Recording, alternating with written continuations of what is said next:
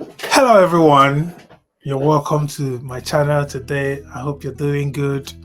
Today, we have a very interesting topic, and the topic is on education and then the girl child. Education is a powerful tool that can transform lives and communities, but it comes with its own set of challenges and benefits. In this video, we will explore the positive and negative impacts of educating girls around the world, from economic empowerment and health benefits to cultural resistance and safety concerns. We will cover it all, guys. So stay tuned as we unpack this complex and vital topic. So let's get started.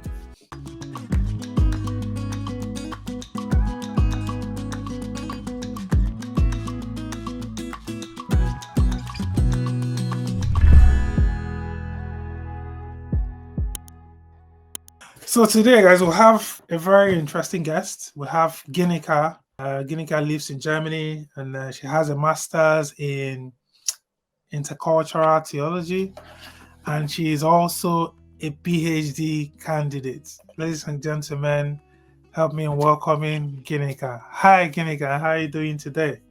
Hi, I'm very good, thank you. Good morning. Good morning. It's been it's been an interesting time trying to get you on the channel. Thank you very much for coming on the channel today, and it's nice to see you. It's nice to finally see you. Well, not in person, but via the beautiful technology. How has it been? How has your day been? It has been good. Thank you very much. It's also an honor and my pleasure to be here as well. Yeah, trying to get me and also us making this work. It's exciting and I look forward to it. I have also gone through and I've seen your insights on a lot of topics, and I must say they are really, really interesting, and it's something that I found very engaging. And I Thank you. commend you for that. Yeah. Thank you very much. I mean, it's not regularly that we get some of these commendations. So thank you very much. That means a whole lot to me. So you live in Germany, Ginika. Tell us a little bit about yourself. Where in Germany do you live? And tell us something interesting about you. Okay. My name is Ginika, and okay, first I come from Nigeria, but I live here in Germany, in Göttingen. That is in the city of Lower Saxony. I study at the University of Göttingen, and what can I say about Germany? Okay, this is like one of the cold parts of Germany, I would say, yeah. Oh, really? Yes. I um, don't know how it is where you are, though. it is. Yeah, it's cold as well here, and I'm in London. I'm in West London, and it's cold as well. Around 5 degrees, between 3 and 5 degrees. Yeah, really cold to be Oh, yeah, honest. that's cold. Yeah. Uh, yeah, it is. It is. I mean, Germany is interesting, right? I was supposed to be in Germany. Interesting story, guys, for for the guests, for the audience watching. I was supposed to actually move to Germany, but something happened along the line, and I changed my path. But interestingly as well, I've only just crossed by there, so I once had a layover in Stuttgart once on my way to I think Budapest. Nice. So I was in Stuttgart Airport for about 3 hours, and it was nice. I came out a little bit and I walked around a lot, but apart from that, I haven't really visited Germany yet. But hopefully, I will visit very very soon. Right. So let's get into the topic. Educating the girl child. There are positives, there are negatives to it. So just can you just tell us a little bit about the topic, like on a general note, what you think about this topic today? Why you accepted to talk about this topic today? Okay, thank you very much for that. When we talk about the girl child, we talk about education. First, sometimes people ask, like, what's the importance, or why are we so much emphasizing on this? Don't we just say maybe education in general, right? Because it might make sense to put it that way than like maybe focusing on maybe a particular gender, but also it's what systematic maybe will I say marginalization causes. So it brings focus in order to bring equity. So if we check data, so for someone that has that kind of question, I will have to bring in data, right? So, for example, when we check globally, according to UNESCO, we have like 28% of girls only as graduates.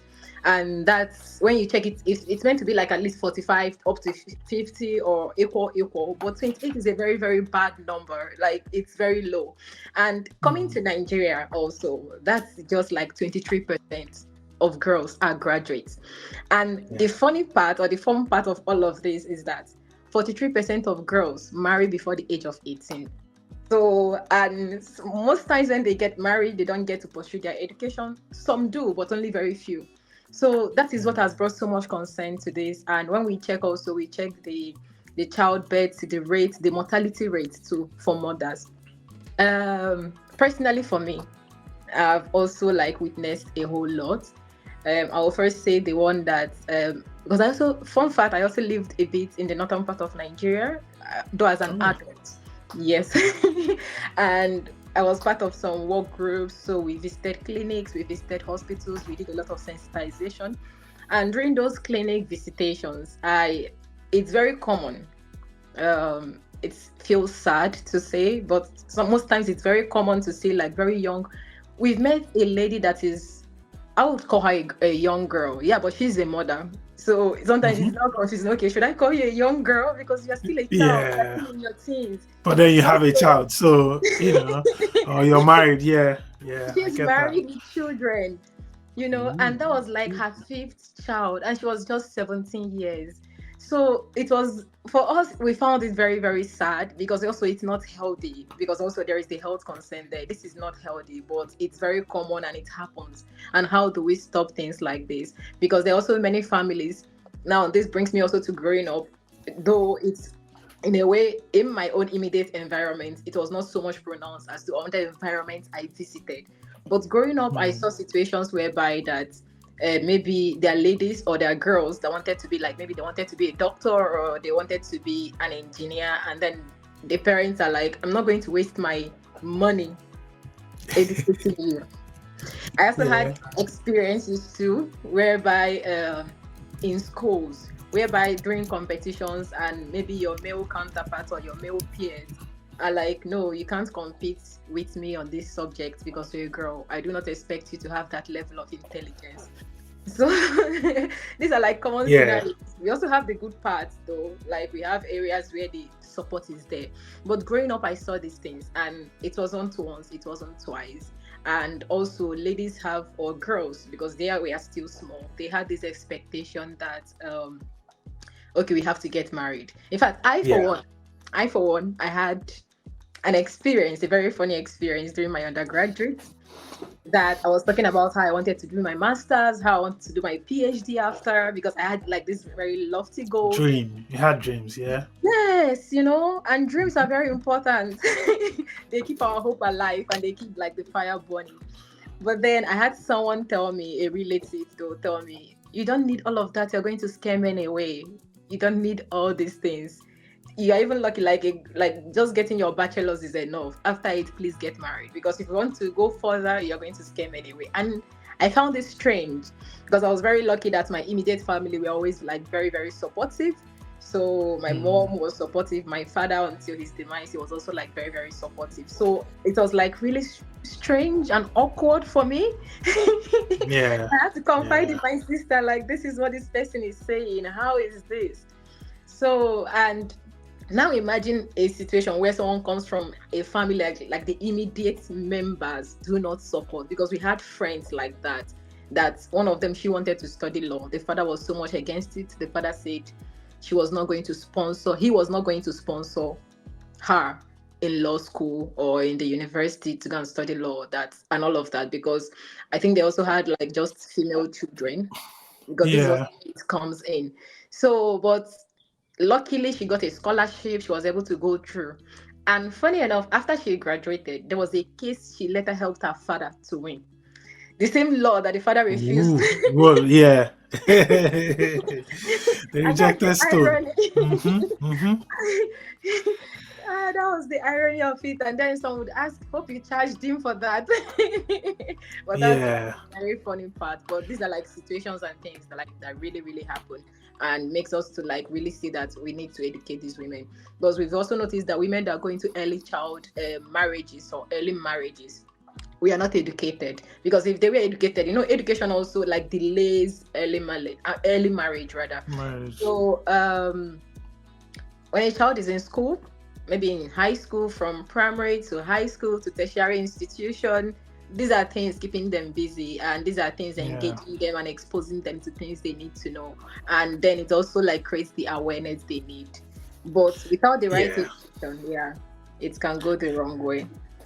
Yeah. So basically, are you saying that education opens up people's minds?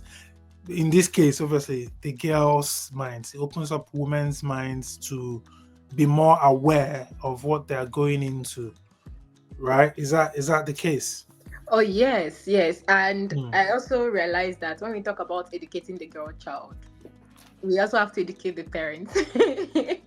It's also very important because if you come, for example, to me with a with something that, even for example, a toy, even though it's not on the same level, but you want my child to use this toy and they know about it, but if I don't understand the importance of this stuff to this child, Yeah. I might confront it, I might refuse, right? Because I do not understand the level of importance. So it was also something we realized that also these parents, these caregivers, these guardians also need to be educated, and they need to be aware that the world is changing, globalization, and also the digitalization as well. So a lot is Hmm. changing, and we need to go with the flow.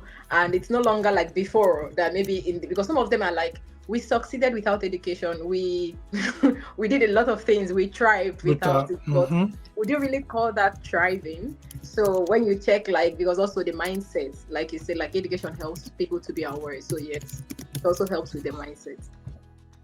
Okay. Yeah. No, I think I agree with that. Actually, I think that's a very that's apt assertion because I can say a lot of things that education has done for me, and obviously it's exactly the same with the girl child as well.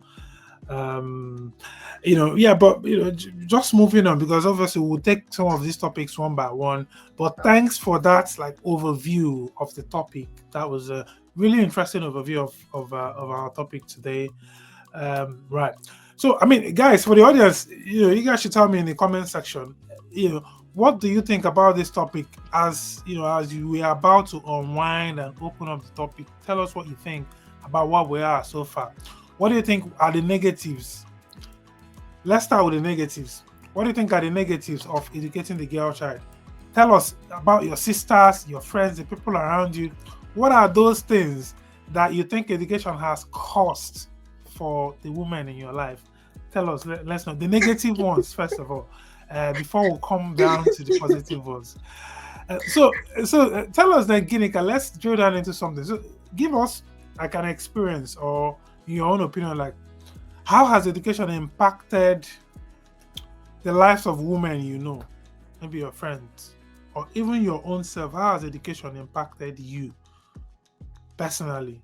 And then maybe if you can give an example of maybe somebody Well, the example you gave there about the girl and her dad, that's probably a good one. But then maybe you can come to you yourself now personally. Um, how has education impacted you as a person? Okay. Well, in a whole, like in many ways, in really many ways, if I'm to go personally with myself first, um, hmm, there's a whole lot. Okay. Okay. Through education, I have been able to, apart from okay, first, advance my passions. Secondly, I will still go into details about this. I'm just trying to bring them out.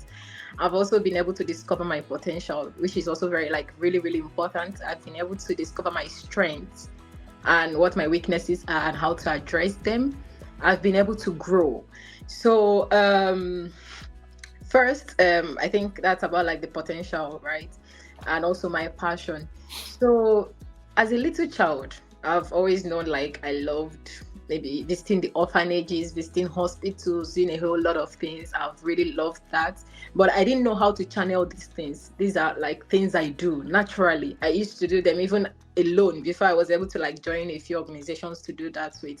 So, but through education, not just, of course, going to school is like the formal one, but also through awareness programs, awareness workshops, and specialized trainings, I've been able to discover, okay, like there are ways to channel these things. There are ways to amplify my voice and the voices of other women and other people, not just women, because there are also men that are also interested in advancing gender equity, Yeah. right? So we've been able to get this insight into things like this. And in fact, this is another part that I would say education did for me. When I was in Nigeria, I know I was very driven in my academics. I've always been very driven. But there were things I did not know. There are things I was limited in when it comes to knowledge, because, and I think for a lot of people also in Nigeria, not everybody, but there are some people too that we are not so much aware, for example, of other African countries, and also like the differences or maybe the similarities and how all of these things align. Yeah. Moving to Germany and getting into the university opened my eyes to a whole lot of things. Probably the intercultural theology, and I was still coming to come about what philosophy did for me, because that's what I studied in my bachelor's. Like that did a whole lot for me also. But coming here, I became very much aware of other countries. I became very much aware of other cultures. I saw Cultures. how distinct they were, and also the similarities as well, like the communalism, the communal spirit among Africans, and but also, okay, the part that wowed me was the distinction in our food. I never expected our food to be so different. Like these were things I saw, right? And also seeing I mean, of course, our food was always going to be different. We have different climate and everything. Yeah, it was always going to be different. But I knew that one. I knew I wasn't going to be eating a Florido, in the West. Yeah. Yes. So anyway, sorry for cutting. No, it's fine. It's fine. Like a lot of us had that. Like a lot of us had that issue. There are people that refuse to eat. Some try to adapt and all of that, because it also teaches you adaptation, how to adapt, and opens up your mind, right? So, but for me, okay, getting into philosophy opened my mind. Like it sharpened my thinking. Things I never asked questions about, things I was never aware of, I became aware of them. That one now was in Nigeria, right? From the very first class. And the good thing about, for me, the program I did was that it sharpens your mind. It's almost a bit like law, like nothing is intrinsically right or wrong. You just have to investigate into it and and dig deep. all of that. Exactly. So this is what education did for me. I was able to go back to my community. I was able to go back to things and question systems that I never would have questioned. Even religious also, like all around question systems that normally I would not have even been very like sensitive or aware of to question them. So, and education has also helped me, and I think for some other women too, to advance like this will I say gender movement, not just gender movement, like this empowerment movement for all sectors, not just women, also men as well. Because when we talk about empowerment, and we talk about like the things that happen, it goes in different forms. Okay, one of the things education has also done for me, because it was education that brought us together, brought I and this other group of people. I think that was last year. We were celebrating the what's it called again? I think the boy child, something like that. That was last year. Maybe it was November or October or something. They're in Germany. Yeah, here in Germany, actually. It was a bit spontaneous, but I and some other colleagues, right? Because one of my colleagues came into the country from UK. So we just felt, okay, this was a moment to just gather and just discuss and talk. And also there were some men in our midst, so we were like, okay, it was spontaneous. Let's also celebrate you people as well. So during like the encounter and during the discussion, someone opened up about something they experienced as a child, right? Now, in as much as the person, I'm still going to talk about how the girl child came into all of this, in as much as it was a male that experienced it growing up as a child, but also because when we talk about educating the girl child, we were once girls. One day we'll grow up, we'll become adults, and we'll have other people under us. The same thing goes for either gender, right? So when the person brought it up, because it's also something about sensitivity, what education brought in, like, and having the need to understand sensitivity. Some did not get it and wanted to brush it off. But I was like, no, this is like a very, very sensitive issue. We have to talk about Mm-hmm. it. So we came to also understand that a lot of things, because they are also from Nigeria like me, I think except one person though. So we came to understand that because sometimes systems are not in place to support issues like this, and to support like the discussion of issues like this and dialogues like what you are doing right now. And people can actually come Mm-hmm. out and talk, and people will come to hear and also to understand. That's why sometimes systems, like the bad parts, the negative parts, like they sink in, they I continue, they're always perpetuated. Exactly, That's what we do. That's what we do here. That's what we do here on this channel. We bring up these topics to teach people, so that Yeah, I'm sure my audience, I'm sure you guys will agree. This is the place to learn, because you're right. There are lots of misconceptions, and if the right message is not being sent out, the wrong one will thrive. That's what happens in every sector, especially in politics. But we're not talking politics today. So sorry, carry on again. so it's fine. So, and funny enough, he was very, very happy to be able to like talk about this thing that happened. And it was an eye opener for us because there are also women there too. So we knew now, Hmm. as the ladies there, what to acknowledge and what to take note of in future in case we have like offsprings, right? Because it's also part of education. Because here in Germany, there is something they have that I really, really appreciate. They have Ausbildung. Ausbildung is like the vocational training where people, because we have like the university training, we have the Ausbildung training, and you also get something that maybe I'm not sure if it's exactly of the same equivalence, but similar at the end of the day. And Ausbildung, like the vocational training, is not like in the university; it's mixed with Yeah, practical and also classroom education. Yeah, like technical knowledge. We have exactly. Yeah, GTCs back then, and yeah, yeah, exactly. yeah. So I know that about that way, about Germany. oh That's why nice. they're so good with all these handwork and construction things. Oh yes. Yeah, yeah. Yes, they are. They are. So that was just like an house build on for us, right? On will That I was say really good. safety and on psychological matters and on sensitivity.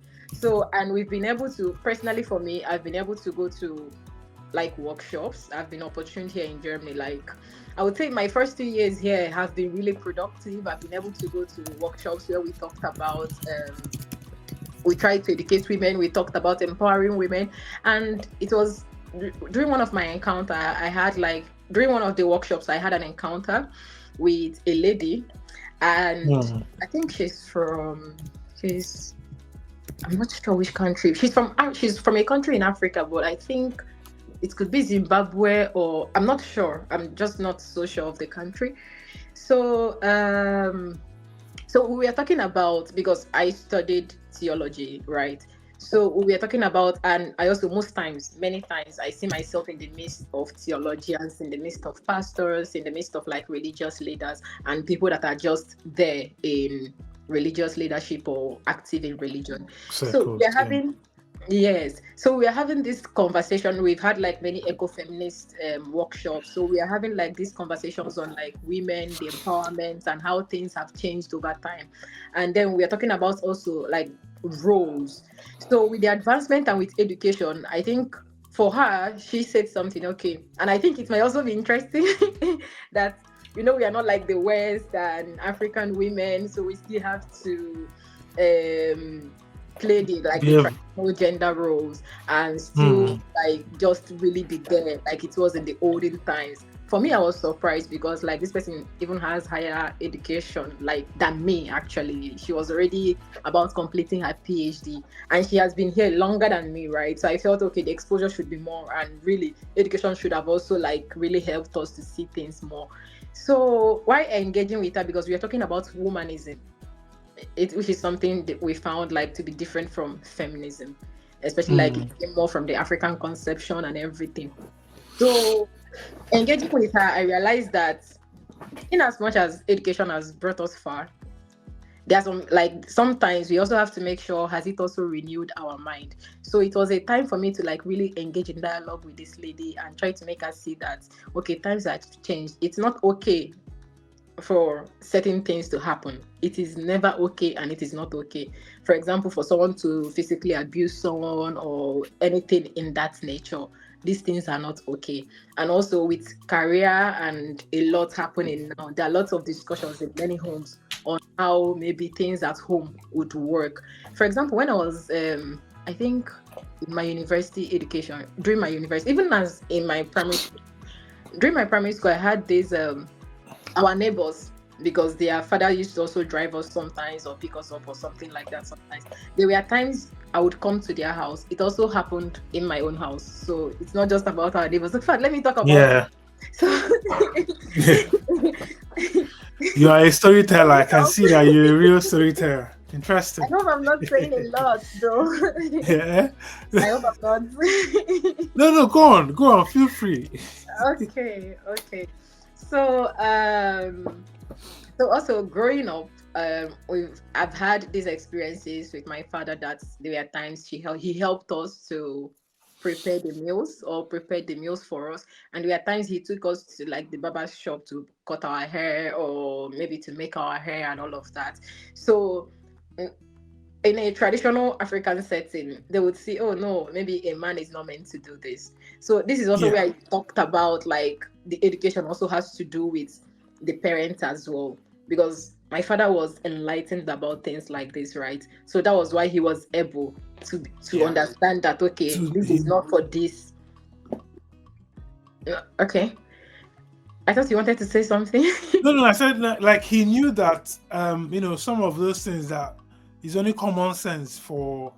It's not a gender thing. Anyone can help out, whatever in the kitchen or whatever, prepare food. Because to be honest, everyone is working, everyone is contributing. So personally, I feel that it should be, everyone should put hands together, and the woman shouldn't to be burdened too much. And I hope that those of you that are listening, I'm saying things that are resonating with you. The woman shouldn't be burdened a lot with housework. So yeah, I do agree with you there, and with your dad's practice.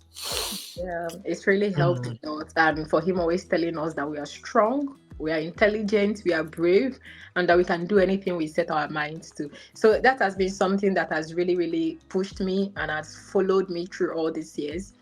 To his blessed memory, though. So, yeah. because like you come out into the society, in fact, I've had a situation in Bauchi, to be precise, Bauchi State, where I came to repair my phone. And I was explaining to the person, to the shop owner, okay, this is what is wrong to my phone. And he was looking at me like he was seeing a brick wall, like you don't exist. Literally. Um, There are only few times in my life that I've been really, really pissed. And I think that was one of those very few times in my life. Because at first I thought maybe he could not understand me. And I was very polite. So it had nothing to do with like maybe politeness or anything. yeah, So it was yeah. still like someone came in, someone else, now a male came in and said the same thing. I was like, immediately the male came in, he went to attend to the male and left me there. I was still so, there's a way you will be in shock that you're just like this, okay, what's happening? And I was clueless because I think I was new then in Bauchi. So the person now explained like, okay, this is what is wrong with her phone, this is this, and he was listening to her and everything. Even when it was still, the person now later noticed because I wasn't happy about it and I made the person with me know. So the person now said, no, you listen to her. That was the only time he acknowledged. So That there's, yeah, you know, so there are still some situations you will find yourself in or in some contexts that they still don't acknowledge that women should say anything. You're not meant to talk to me because you're a woman. So these things yeah. still happen. And to show us we still have a long way to go because it's my phone, it's not someone else's phone, right? And I should be in a better position to say what is wrong with this phone. Wrong with it and not big. So basically, he didn't really give you attention because you were a woman. Yeah, that's Definitely. that's that's part of the things that obviously we need to educate the people about, and people listening to us need to know about. That is not cool. That is not good. Our women are valuable and should be valued. Let's just, maybe we'll revisit some of the Yeah. gist later on. Let's Yeah. move on to there are so many ways, right? That there's so many things that impacts that the girl child's education will impact her, the way she sees things and the way she reasons. So let's look at economic and social impact of educating the girl child. Yeah. Mhm. So, in your own opinion, in what ways do you think that educating the girl child contributes to economic growth and development of a country? Okay. Mm-hmm. Okay. So a whole lot, like in many ways, especially economically, when we look at the GDP of the country and how women has also like helped. We have people like Florensho Alakija. We have Ibikun, that's the former chairperson Billionaire. of FBN, First Bank of Nigeria. So we have a lot of Mm-hmm. notable women, even Tara from House of Tara International. So I think we Mm-hmm. also have Chiomude. She has like a film media. She Mm-hmm. produces movies. Then we have Wuneli. I don't know. Have you heard of this movie, Chief Daddy and the Wedding Party? I think I've heard of those movies, but I never watched them. Okay. I'm sorry. Right. Sorry, guys. If maybe if it's your favorite movie and I've not watched them, I'm sorry. It's like, but she produced movies, and these Oh, movies have won like lots of awards, and they've also been employers of labor.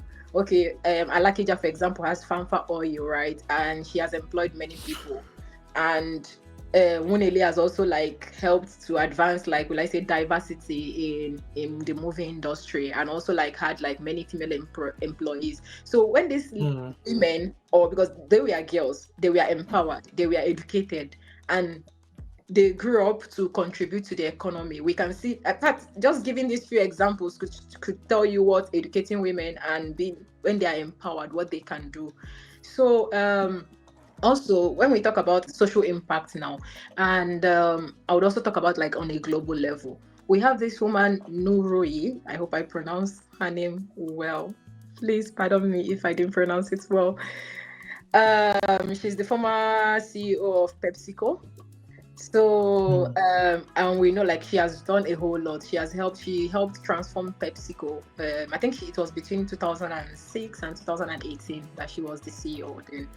Yeah, so she helped transform PepsiCo to focus more on like on sustainability and healthier food options, which is something that is like goes in alignment now with the sustainability movement we global have. best practice. Yeah. Yes, yes. And she's Mm, a woman. So we also have someone like Chimamanda Ngozi Adichie, and we know how much her voice has helped to help like help things in like in gender situations, and also even in colonial reforms, if I can put it that way.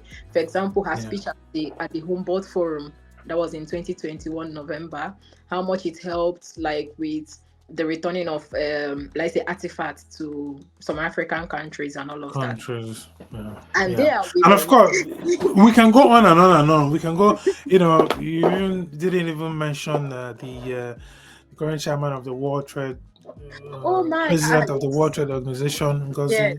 Ngozi Okonjo-Iweala, who's Yeah, and she's one of my fantastic woman. She someone of sits people I on the look up. boards of, yeah, she sits on the boards of some of the biggest of the blue chip companies in the world. So yeah, and these are all very impactful women who have, who you cannot just see them, oh, that they are women. No, they are way beyond their institutions on their own, and they've left their mark on the world. So yeah, those are some really good points there. So for the young girls that are watching us, you have some of these people we've mentioned are people you can look up to as your mentors.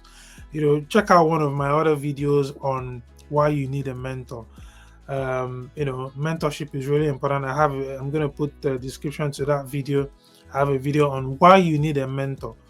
uh, Mentors are really important. Mentorship helps to shape our views, helps us to aspire to things and all that I'm not going to go into. We're going to talk about health and well-being, because earlier you talked about a little girl of 17 that already had 5 kids, and obviously that will obviously impact her health and well-being generally as a young woman. So, what are some of the health benefits associated with educating girls, and then how does education affect family planning and maternal health?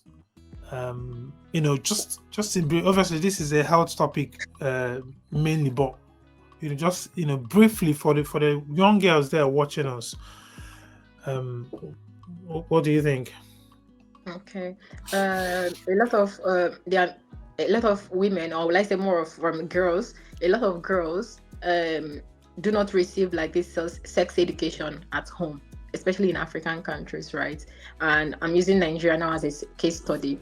A lot of them do not receive this at home. Growing up, I was told when I got into puberty and we were called in, and my mom called us in to talk to us. Okay, I was gonna ask you I'm who sorry, mom. called you in, because you said we were called in. I was gonna ask you who called us in.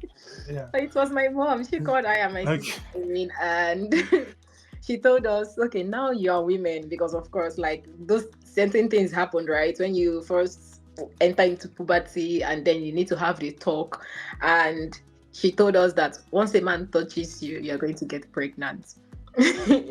So she really scared us so much that I was super scared, that I literally believed that any touch could get me. Of course, not like touch like, but Any any touch. touch, It doesn't have to be the real thing. Any touch could get me. any touch, you get pregnant. That one serious. That is a serious matter. For the longest time. Of course, it was good that we later, like in school, I think in my JSS3, if I'm not wrong. Okay, now this is also like where education comes in, because we received something different at home, right? Then I came to school. There was this organization that came. I can't remember it anymore because I was very young. And they came and they sensitized us about these things. And then they provided us, of course, with some sanitary pads and stuff like that, like free ones. So, but I was still joking with my classmates then. My classmates were joking with me, and they were like, sometimes people also don't take it so serious what is being said during the sensitization. See, and we were scaring each other with like certain stories regarding what they said. So, but like where I'm going in all of this is that the health part, what the organization did for us, and how it helped us to like help me to an extent to reduce or to deconstruct what I was being told or what I was told at home, right? And then also you get to the stage where you get the education on like family planning and the things related to family planning, about maybe contraceptives and how to go about things like this, because a lot of people don't, and especially people that we are not in school or didn't receive these educations, they end up making lots of mistakes that could cost their life, that are very costly. Okay, for example, the young girl I told you about, how during that, and according to the doctors, when we saw her that day, we received the report that they told her after the first tray. Like, in fact, they've been telling her different times, and they tried to also find a way to get through to the husband, also to speak with the husband. But then she still comes back pregnant. She always comes back pregnant. And the last one was like very, very detrimental to her health, that they said, now you really have to, we've been telling you to use these contraceptives and everything. And she never went to school, because if she had gone to school, she would have been able to understand these things better, or even understand that she also has a say in this matter, because it's also your body, right? So you have a say. Yeah. Yes, Yeah. because if the person comes, okay, that's the person's husband, and comes to say, okay, we want this, then you should also have a say, okay, this, based on health and of course the history and how it has affected my health, we should find a way around it. Okay, what contraceptives should we go for, or what family planning, whatever should we go for, that would help to make sure that this thing does not happen anymore, or this does not put me into a situation where I'm at the risk of dying or something like really, really bad happening. And we have a lot of young girls under that, because I told you already, the statistics say 43% of girls marry before the age of 19 in Nigeria. And the whole world is that like, is shocking, it's a whole lot. It's a whole lot, yes. So, and in the whole world is like 23%. So it's still like a big deal. So these are things that when they don't get to know about, and we also know like the health risks associated with early childbirth, like the risks are major, like they are so major that it can affect the woman. Of course, it can also affect the baby, or there are some people that it affects them so much that they're not able to give birth in future. There are people it has cost their life. So these are the health parts involved in it, and also people getting to know what this family planning is all about and how to go about it. So those are the things. Then another health part also that is associated with educating the girl child. I would say, is that more of health or social? Okay, we'll see. Yeah. Yeah. So okay. Well, health and well-being. So yeah, I mean, I guess social. Okay, we've talked about social before, but yeah, just finish it up. Then we'll move over to the next thing. Okay, so I would also say, for example, we also have a lot of roadside sellers. Well, let's say girls. We also have boys too that do hawking, but since the focus is on girls that do hawking on the street, and we know how unsafe it can be It for is. them, right? And there are also Yes, yeah. reports regarding that when they are doing like these sales on the streets and hawking, and how some of them it has led them to their deaths, some it has led them to rapes and to things like this. And also not knowing the right channel, like if something happens to them, what should be the next channel of action, who should they report to, and these things are not in place. But if they were in Yeah, school rather than in those places doing the hawking, this could be avoided, right? But they yeah. don't have that financial capacity usually, and maybe they're from homes where the possibility was not there for them financially. So that's why they were put in these situations that led to Situation. things, yes, that caused them harm. Yeah, yeah, it's terrible, really, really, really terrible situation. What some people in our world is having to go through, especially girls, young girls, and all that. And yeah, hopefully, some of this education, hopefully, the little part that we're doing here and a lot of organizations are doing can help. I once worked with an organization, Adolescent 360. We used to look out after girls between the ages of 15 to 20, or was it 19? Really, really interesting. I think it's similar to something you mentioned earlier about the work you were doing in the community. Yeah, that was yeah in my previous job back in Nigeria, and yeah, there are lots of stories that we came across during that program. Really, really, really, really challenging and difficult. Yeah. Anyway, what do you think are the biggest challenges to educating girls in certain regions? Okay, Mm. now at least you've lived in two major regions, which is you've lived in Africa, Nigeria, Africa, and you've lived now in Europe, Germany as well, which is obviously two very different places in terms of culture, values, standard of living, even natural situations like the weather. All these things are very, very different. So, what do you think are some of the biggest challenges in those two regions? Maybe you can compare them, and then how can communities overcome this cultural resistance to the education? First of all, maybe I will talk about my experience here in Germany. Well, it has Mm, been great. In as much as they are still, those challenges are still there, just not as pronounced. Of course, the difference is like yeah. very clear, because here things are quite to a good way. They are a long way, to a very good way. Things are quite progressive. Here, there are lots of support for women. There are lots of support for children, for the girl child actually. So a girl can actually be what she wants to be here, but also the challenges are still there. Though, okay, since we are not moving to the political part, because I wanted to give an example of someone that she received, but there is no need to go into that part. That was in Italy during their, I think last year, their elections and everything. So, Yeah. but here in Germany, I could see that girls are empowered, and Yeah. it's a very good thing. Like they have systems in place, they have policies in place that make sure like the voices of their girls are amplified, and there are also scholarships targeted at women, which I've seen that are here. But also during my experience, I think in one of the places I worked in, Yeah. still see a few people you could still see some people who are sexist. I've met with like two different people who wouldn't work with you if you're a woman, and they wouldn't even want to talk to you, and Mm, very rude to you if at all anything like has to make you and them work together. So it was a very big deal. Of course, we reported and everything, like we went through the process, but I never expected to meet that here in Germany. yeah. It's not expected, but then if you go, Mm, you will still see like there are still people like that. So it was like really, really, and but one thing I also noticed about it was that those people were also uneducated. At least the two people I've had that encounter with, they were also uneducated. So will I say, okay, they were acting out of ignorance, or maybe they were acting out of what was Of passed course. down to them, right?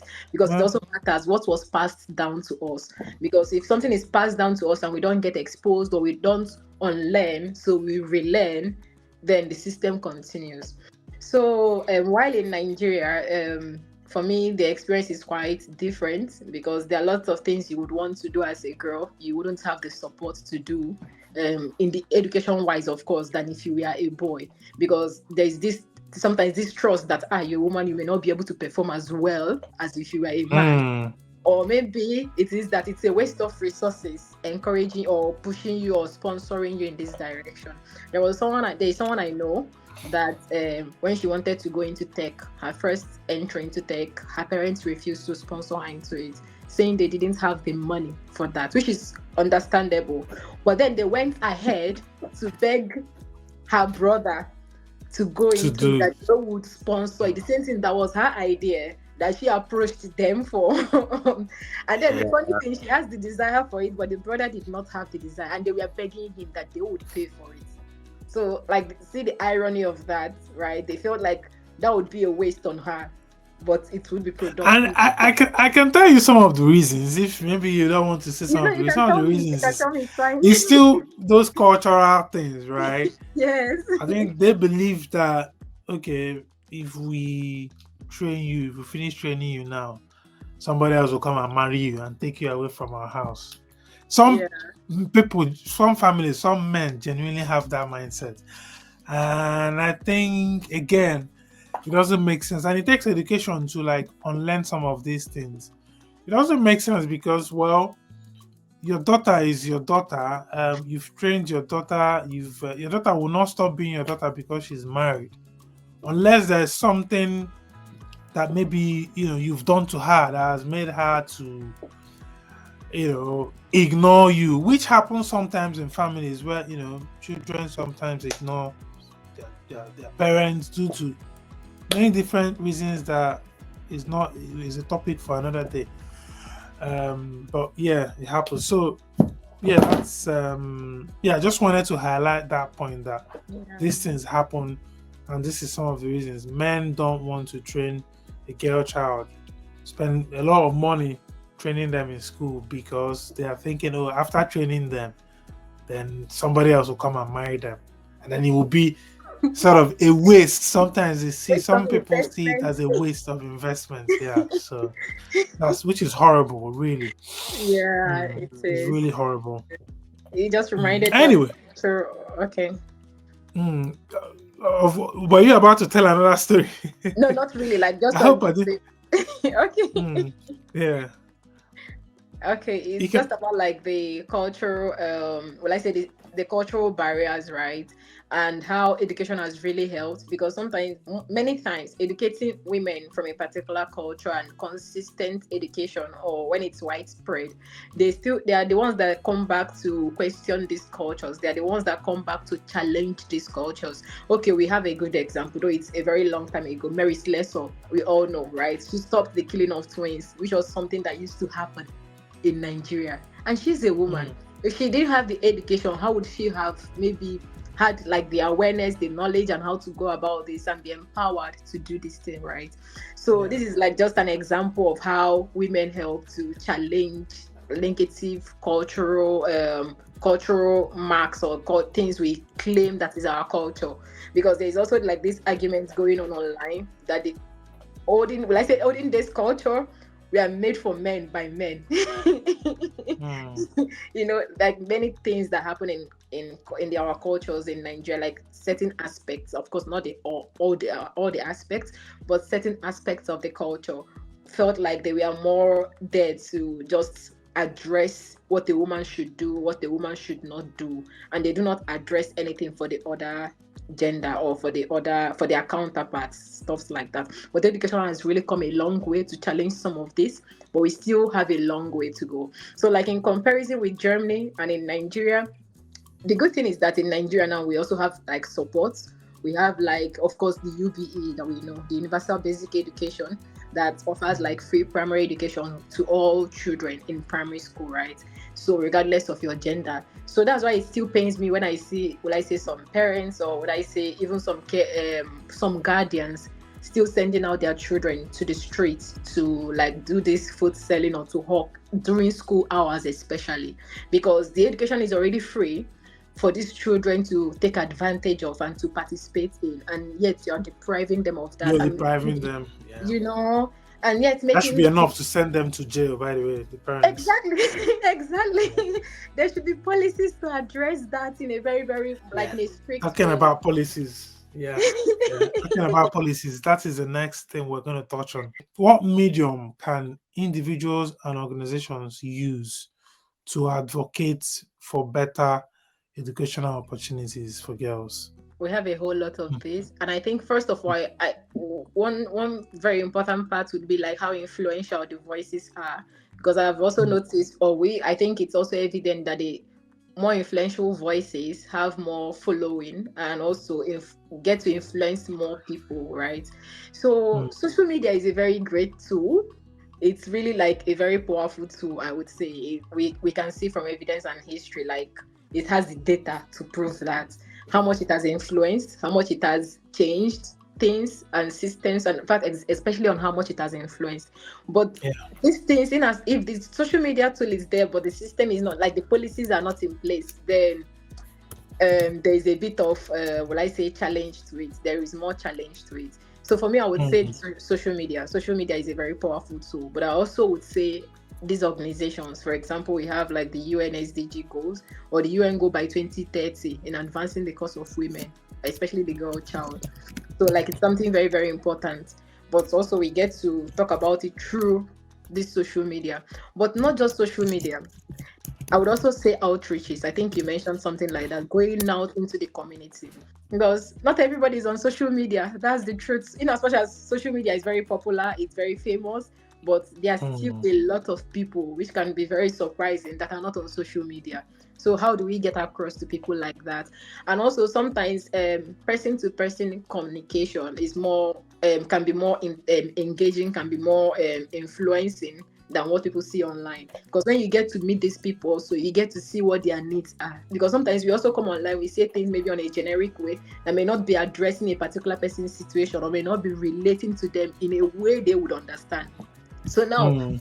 being able to have like subgroups that get to these people at root levels is also like, it's a very, very great way to influence and to help change all of these things. We have some organizations already doing that. We also have some policies already on that. We have this cash. Funny enough, Nigeria has this cash control transfer program, but many people are not aware of it, which is where social media could come in to help with advertising it and making people aware, because it targets people in rural communities and helps, like if you want to train your girl child, but your family does not have the financial support, you people can get this CCTP. So there are a lot. There's also this GCE, Girls Child Education Program. So it's also there to help girls, especially in northern regions, to go into education, because there's the gap is wide, and so there are lots of concerns, and there are lots of policies beginning to address these things in the northern section and in other parts of Nigeria as well, to be able to bridge that gap. So empowering. But if these ladies don't know about it, or if their families Yeah. don't know about it, how would they be able to take advantage of these opportunities? So Opportunities. Yeah, yeah. I mean, in terms of that advocacy, really, really important, and a lot of organizations are doing this. I'm going to shout out to, my former, my previous organization where I worked for a couple of years, where, I had my foundation in terms of my career and everything, Society for Family Health. I'm going to mention them. I worked with them for a couple years, and I got inspiration from there, and they're doing a lot of job in this area, in terms of advocacy in many areas, and for the girl child, for women, for all. They work on many different grants and programs sponsored by donors from all around the world. So sorry, shout out to them. So what's the name sorry, again? Society for Family Health. Society. I mean, they've not sponsored me to mention them in the video today, but hopefully. It's maybe interesting. I think. yeah, maybe sometime in the future, I'm gonna reach out to them and get some money for the promotion.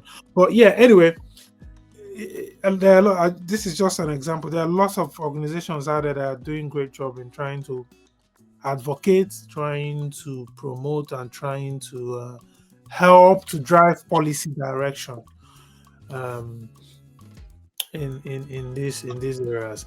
Anyway, so let's look at the future now as we round up. Let's look at the future.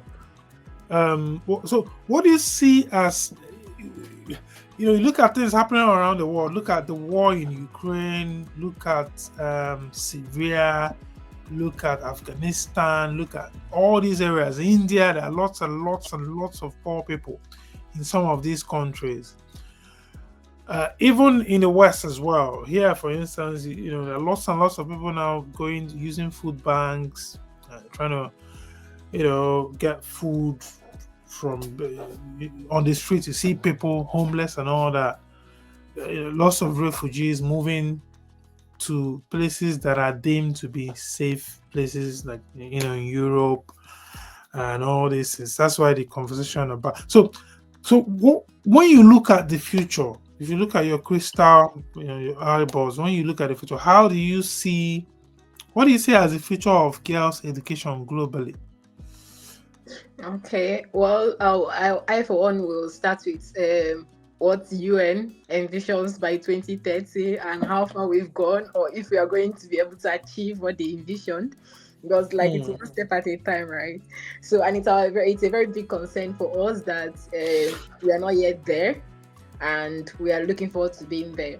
But for me personally, and it's also something my organization does, that we envision a future where girls will be able to access opportunities, whatever they really want to do, and they've put in the work to do or to become, they can actually be that, and it won't be limited to them. So that's the future. We look at a future where young girls can dream dreams and live their dreams, not just like dream and then their dreams die. No. So we always tell girls now, one of the things we do, we go to schools, so we go to high schools, we go to universities, we talk to these children, we talk to these young girls, we talk to them and let them know that their possibilities are unlimited, like they're limitless. They can be anything they want to be, they can be wherever they want to be. Because there was even one show I watched recently, not maybe like 2 or 3 months ago, where a young girl was talking about how she always wanted to be an astronaut, but she didn't have like the support, of course. And imagine, okay, for us now it's not strange, but on an average, or maybe not so much average, but imagine maybe someone that grew up just in a town, and then she comes to tell her people, I want to be an astronaut. The way they will look at her, which university? They even start with which university? They don't even know what astronaut is. They will need to start asking, what do you mean by astronauts? So I was really, really encouraged to hear that, and there are lots of people like that. There are lots of young girls like that. So for me, globally, I look at a future where the industries that we are seen as dominated by men, or male-dominated industries, because we still have it at a 35, I think like 35 or 28% now, that of girls being educated in STEM fields. But we're looking at bridging that gap in future, that to have it at, let's say, in the next 15 to 20 years, because we also have a long way to go, because of we have to also be realistic about it to see if we could get it up to 48%, or if we could get it up to 50%. That would be like really, really wonderful. And there are lots of things already going on to make that happen. So I'm very, very optimistic. We have She Code Africa, we have many organizations anyways that are doing that are currently doing that. And I myself, I'm a part of an organization too, that we coach women, we mentor them, and especially those in tech and those interested in STEM fields, be it like they want to be engineers, they want to be astronauts, or they want to be lawyers, like those that want to permeate or go into those male-dominated industries. Because you can't speak about something if you've not witnessed, or if you've not to an extent, it will be limited. Your experience, or your knowledge of something will be limited if you've not been part of it, or if you've not experienced it yourself. So they can go in there, be able to create those inclusive environments, because they've had experience of like what it was like and what they would like it to be like. So yeah, that's what I look at or what I look for in future. Ngozi also is Yeah, Ngozi Okonjo-Iweala. Big respect to her. She's also doing a great work there, also making us see that this is possible. A lot of us never knew it was something possible till she went there. Women are shattering glass ceilings, and they hmm are doing this. They are winning this. So it's something like really, really positive. yeah. There are some fantastic ladies out there doing great. Look at sports, Serena Williams. Look at Oh, MMA. I'm a huge MMA fan. People like Valentina Shevchenko. There are lots of ladies, yeah. and we'll round up by giving advice to younger ladies, right? Mhm. So, for me, the advice I would give to young ladies is find something you love and look at people in that area that have achieved it and just try and mirror them. And you need to believe in you in terms of relationships and maybe the opposite sex, uh, just uh, carve a path for yourself. Make sure you're not swayed by things, and make up your mind on what you want to do, and just follow it and just do it, and you're going to thrive. It's that simple. Before we round up, what is your own advice for young ladies out there? What? Okay. Okay, I agree with you. Let me start with that. I agree so much with your advice. Like it's a really beautiful one, and it's a very important one. Mine is also similar, but I also would say, okay, first, look within you. What do you want? Where do you see yourself in the next 10 years? Where do you see yourself in the next 15 years, as the case may be? Where are your strengths? Where are your interests? Where does your passion lie? Where do you see yourself making an impact, maybe to the global community or to your local community? Regardless of what you think is possible or not, what do you want, and what are your strengths and your talents or skills in, right? Leave the possibility part first. Look at first within you and see what you can do and what you are interested in doing. Then he also spoke about mentorship. I agree with that. And also, please don't be deterred by maybe financial constraints or by your environment or by what people are telling you, because also as young children, because they don't have the experience yet, they feed off of what they hear. Please don't feed off of that.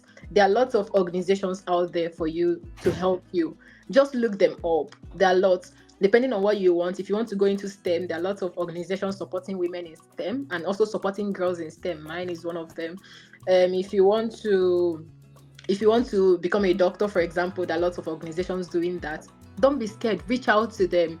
If you're finding it difficult, sometimes if there's a teacher, if you're in school, of course, or if there is someone you know that their mindset is aligned with what you want, you could approach them. They could also help you, maybe draft how to send messages to these people, because also sometimes also how you format the messages or craft the messages matter. So they would help you. It does not matter where you are in the world. It does not matter if you're in India. It does not matter if you're in Ukraine, if you're in or if you're here in Germany, if you're in the US, if you're in the UK. There are global organizations that would not look at your region to help you. You could also still study abroad. Don't feel like, okay, where I am, I'm in a village, or I'm in somewhere like this, I don't have anything. How would I ever dream of going to maybe US or going to UK or going to Germany or going to South Africa, anywhere, or Australia to study? Write to them, tell them what you want, tell them your story. That's why they are there to help, to really help. But if you don't if you don't step up the foot, they won't get to know. So just don't be deterred by anything. Don't be deterred by what is around you. Don't be deterred by the voices, or even if they say, okay, people around you say, or even if one organization say they don't have the financial capacity, because organizations also rely on donations, right? Write another organization. Don't be deterred by it. Write as many organizations. Then also write schools. Then also put in the work. Put in the work, because for you to shatter glass ceilings, you have to work. And trust me, sometimes you also have to work twice as much as the next person, which is sadly true. especially for us women from when we were young girls, because you also have to work to prove yourself. You have to work harder to be taken seriously, but put in the work, because till you get there, so you can also influence the next generation. But you can do it. That's what I want to tell you. You can do it. You can be who you want to be. You can dream dreams, and your dreams will come to reality.